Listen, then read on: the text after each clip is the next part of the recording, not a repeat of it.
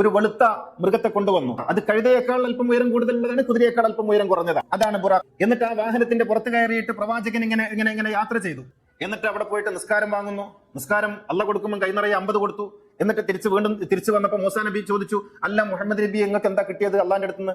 അതോ അള്ളാന്റെ അടുത്ത് കിട്ടിയത് എനിക്ക് 50 വക്ത് നിസ്കാരം. മൂസാ നബി ചോദിച്ചു, നിങ്ങളുടെ ഉമ്മത്തിന് ഇതൊക്കെ പറ്റുമോ? എനിക്ക് എന്റെ ഉമ്മത്തിന് പറ്റിയിട്ടില്ല, പിന്നെ നിങ്ങളുടെ ഉമ്മത്ത്, എന്റെ ഉമ്മത്താണെങ്കിൽ ബുദ്ധിശക്തി കൂടുതലുള്ളവരാണ്, എന്റെ ഉമ്മത്തിന് നല്ല ശാരീരിക ക്ഷമതയുണ്ട്, നിങ്ങളുടെ ഉമ്മത്തിന് ബുദ്ധിയില്ല, നിങ്ങളുടെ ഉമ്മത്തിന് ആരോഗ്യമില്ല, അങ്ങനെയുള്ള ഉമ്മത്ത് എങ്ങനെ ഇത് ചെയ്യാം? നിങ്ങൾ ആലോചിച്ച് നോക്കണം, ഇതിന്റെ ഒക്കെ പിന്നിലുള്ള രാഷ്ട്രീയം നിങ്ങൾ ആലോചിച്ച് നോക്കണം. എന്നിട്ട് മുഹമ്മദ് നബി തിരിച്ചും അള്ളാന്റെ അടുത്ത് പോയി. അപ്പൊ അള്ളാഹ് ഉദാഹരണം 5 കുറച്ചു കൊടുത്തു.